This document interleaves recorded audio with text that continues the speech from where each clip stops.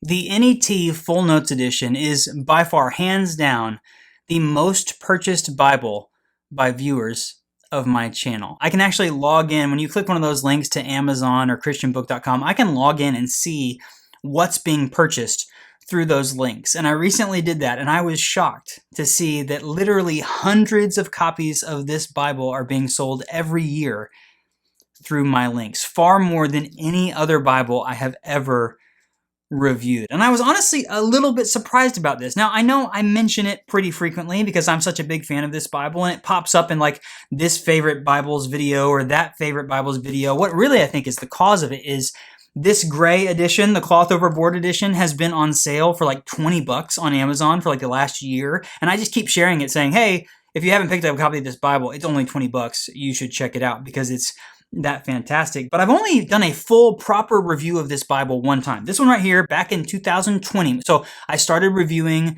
Bibles in the spring of 2020. My friend John, good friend from college, he works at HarperCollins. He saw my videos and said, hey, have you heard of the NET Full Notes Edition? It came out last year, so this would have been 2019. You should check it out. So I actually checked on Amazon. I bought this in the summer of 2020, loved it, did a review, talked about it. Last year, I reviewed this right here, which is a rebind of the NET Full Notes Edition from Kevin at Redbird Bibles, an absolutely stunning Bible rebind. So I've mentioned it a handful of times. I've shared links to it, but at the end of the day, it's up to you all if you're actually going to spend your hard-earned money on a Bible that I talk about. And by far, more of you have bought this Bible than anything else. And so the reason I wanted to create this video is because, yes, I want to share it with those of you who haven't purchased it yet. I do believe that if you buy it, you will thank me later. And I'm going to talk about why that is. But also because Thomas Nelson just released 4 new editions of this Bible. A new hardcover edition, 2 new leather soft or synthetic leather editions, and a genuine leather edition. This is what we call in the publishing world a line extension. The Bible has not changed. The translation has not changed. The notes and the typesetting have not changed. They're just offering us some new colorways, some new options for exteriors. They've reprinted these Bibles. So we have a black hardcover edition, a dark blue leather soft, a black leather soft, and a brown genuine leather, all of which are now available. I'm also going to put a link. I'm going to put links to all of these in the video description. I'm also going to put a link to this one. I don't think they reprinted this one, but it's still available on places like Amazon and Christian Books. So if you want to get a copy of this one, the hardcover with the gray, you can. Now, just a note, the black cover is not a cloth over board. It's like a glossy black hardcover that comes with this slipcase. So I actually like that with the slipcase. It looks really nice. But this is a really unique Bible. So if you've never heard of the NET Full Notes Edition, what is it? So the NET is a translation of the Bible where the translators decided to take copious notes every time they made a translation decision, and then they published all of those notes. Initially, it was just available for free online, all of those notes for the translation. But then they partnered with Thomas Nelson to publish physical copies of the Bible, and they decided to do this really cool edition called the Full Notes Edition. So they have the text of the Bible, but then they have all of those notes, 60,000 translator notes in the Bible. It's an absolutely wild design. There's this center column in the page. That is your biblical text. It's in a 9-point NET comfort print typeface designed by 2K Denmark. That is the single center column. But then the 3 columns surrounding it in a U shape are all of the different translation notes, all of the different notes that come with this Bible. And you actually get 3 different types of notes. This is one of the reasons why I love this Bible. So here's what I'm going to do. I'm going to tell you a few reasons why I love this Bible so much, but then I'm also going to share one reason why I don't love this Bible, which is something that I have learned the more that I have spent time with it. There's one thing in particularly that I don't love about it, and I'll share that with you in a moment. So the 3 different types of notes is one of the major things I love. So one is the translator notes. So this is the translators of the NET documenting when they make a decision about the translation and why they made that decision. That's going to be the vast majority of the notes in this Bible. Simple things about why they made this decision in the main text versus what they could have made based on the Hebrew, Aramaic, and Greek text underlying the translation. One of the main reasons I like this is because what this allows us to do is we can have the text of the actual translation of the NET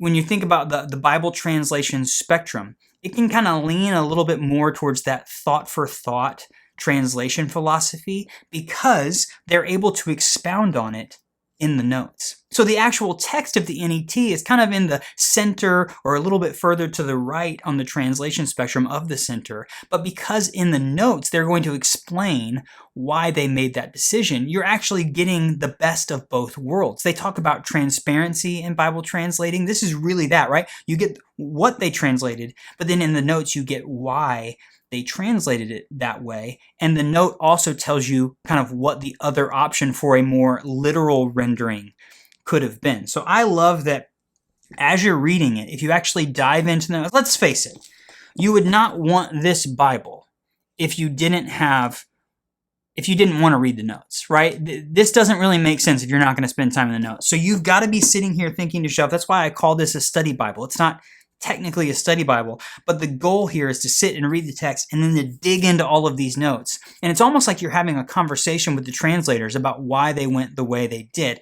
What's really cool with this Bible, another reason I like it, is because you can be reading this physical copy. You can pull up your laptop or your tablet or whatever, pull up another translation that you like, the CSB, the ESV, the NIV, the KJV, whatever it is. You can compare it. And then when you hop into the notes, you're probably going to see, oh, they see what the ESV translators did, but they decided to do this, and that's why. So that's one of the main reasons I love it. It's just the level of insight you get. Like for me, I'm a Bible translation nerd, right? I wrote a book about Bible translations, and here you're basically getting all of that nerdery on the pages in these notes because you can do a deep dive. So the second thing I love is that it's not just translator notes explaining why. It's also going to be text critical notes talking about the different textual manuscript tradition. So you hear me talk on my videos about the textus receptus versus the critical text versus the majority text. And so there are some notes in this Bible, they're going to say TC. So you have TN for translator notes, TC for text critical notes. That's going to be talking about the differences between the different manuscript traditions. They're going to give you notes about that as well. A good example in this Bible, if you go to the Gospel of Mark, many people know that the ending, I just flipped right to it. The ending of the Gospel of Mark is different in certain manuscript traditions. And so here you get through verse 8, and then verse 9 begins the longer ending of Mark. But then you hop down to the notes, and like most of this page, the note is all about the textual tradition, the different manuscript traditions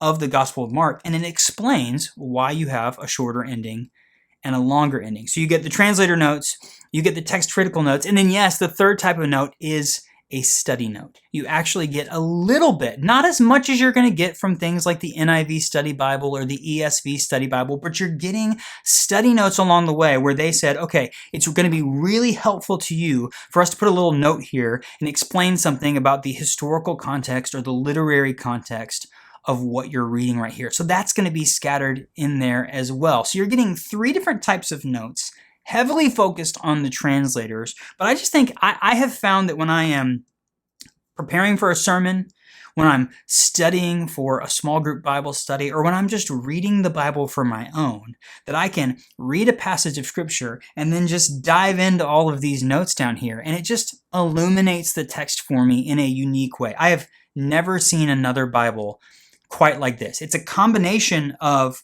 the work of the translators and what they did when they were developing the NET, the work of the publisher and the designer 2K Denmark when they put together a cool physical copy of this Bible, and then the work of the Bible reader to actually dive into the text, to read it, to study the notes, to just dig a little bit deeper into the text. I love this Bible.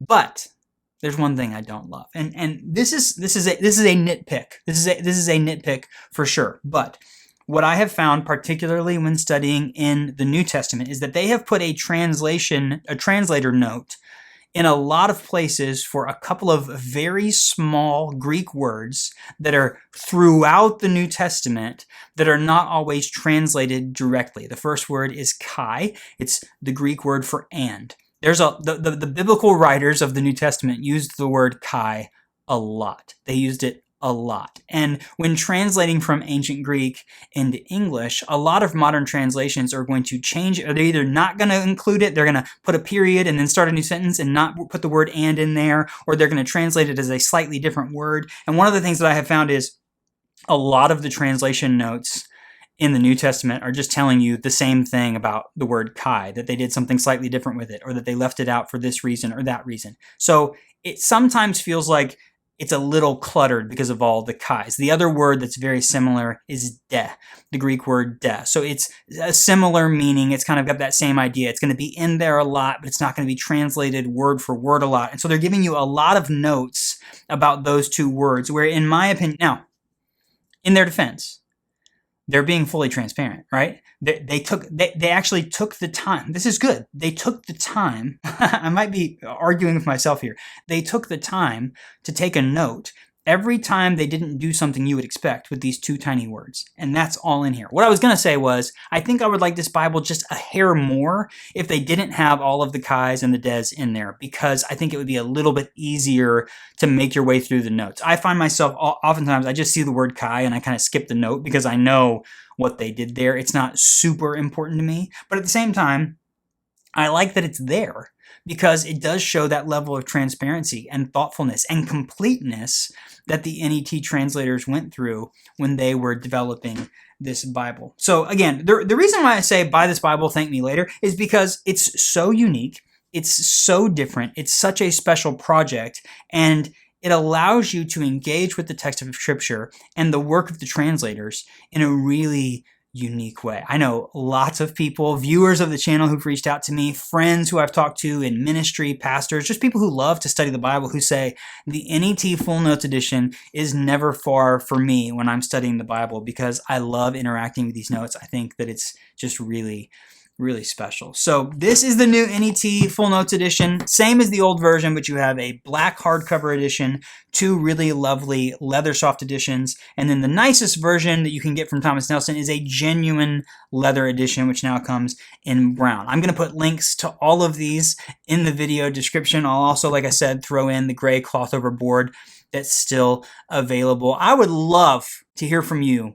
If you have this Bible and you love it as much as I do, leave me a comment. Even if you don't love it as much as I do, leave me a comment and let me know what you think. And if you have any questions, you can leave those in the comments as well. Thank you so much to Thomas Nelson for sharing these with me so that I could share them with you. If you enjoyed this video, then click the like button for me. Definitely subscribe to my channel if you haven't already. Believe it or not, about 40% of the people who watch my videos are not subscribed. Wait, is it 40 or 60? I can't remember. It's about half the people who watch my videos are not subscribed to my channel. So I would love for you to subscribe. I review Bibles. I talk about Bible-related things because my goal is to help you find a Bible that's right for you and apply it to your life. And once you subscribe, if you want to take that extra level to support the channel, you can click the join button beneath any one of my videos, or in the video description, there's a link to become one of my channel members and support me a little bit more. This is a fantastic Bible. I hope you check it out. Again, let me know if you have any questions. You can leave those in the comments. Thanks for watching, everybody. I'll see you next time.